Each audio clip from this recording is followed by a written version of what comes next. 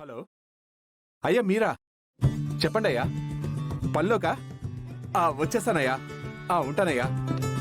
ఏమయ్యా ఏంటయ్యా నువ్వు మాట్లాడేది?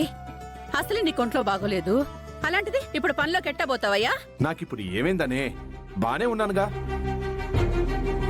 ఇంకా ఇంట్లో కూర్చొని ఎన్నాళ్ళు తినమంటావు?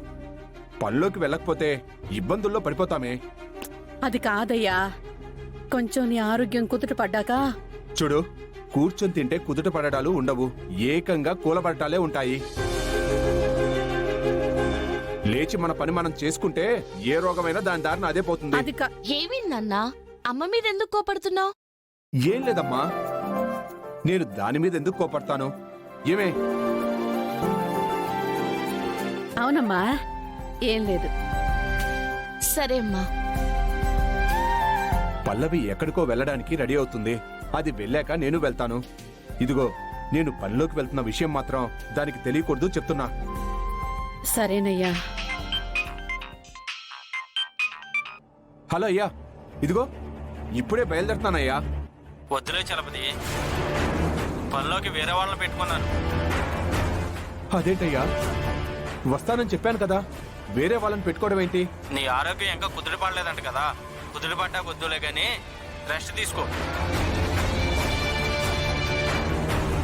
అదేంటి, ఇప్పుడే ఫోన్ చేసి పనిలోకి రమ్మన్నాడు, అంతలోనే వేరే వాళ్ళని పెట్టుకుంటా అంటున్నాడు. నిన్ను పనిలో పెట్టుకుంటే ఇంటికొచ్చి మరీ గొడవ పడతానని నేనే మీ మేస్త్రికి ఫోన్ చేసి చెప్పాను. ఎందుకలా చేశావమ్మా? లేకపోతే నువ్వు పనిలోకి వెళ్తావా? అలా అడగవే, నేను చెప్తుంటే నా మాట అసలు వినడం లేదు. ఇంకా ఎన్నాళ్ళు ఇలా కూర్చొని తినమంటావమ్మా? మనకేమన్నా ఆస్తులున్నాయా కూర్చొని తినడానికి? ఆస్తులు లేవు అయితే ఏంటి? ఇప్పుడు నీకేం లోటొచ్చిందని? ఏ నేనేమైనా తక్కువ చేశానా? బాగా చూసుకోవట్లేదా? తక్కువ చేశావని కాదమ్మా, నువ్వు ఆడపిల్లవి, నువ్వు కష్టపడుతుంటే మనసు బాధగా ఉందమ్మా. ఎవరికోసం కష్టపడుతున్నాను? మీకోసమే కదా, అమ్మా నాన్నల కోసమే కదా. చిన్నప్పటి నుంచి నన్ను పెంచడానికి, మీరు చదివించడానికి మీ ఇద్దరూ కష్టపడలేదా?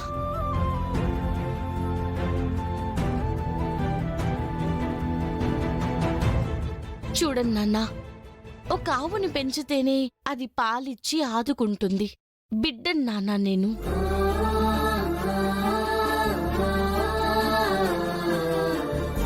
చూడు, నీ ఆరోగ్యం పూర్తిగా కోలుకునేంత వరకు నువ్వెలాంటి ఆలోచనలు పెట్టుకోవడానికి వీల్లేదు. ఏంటి?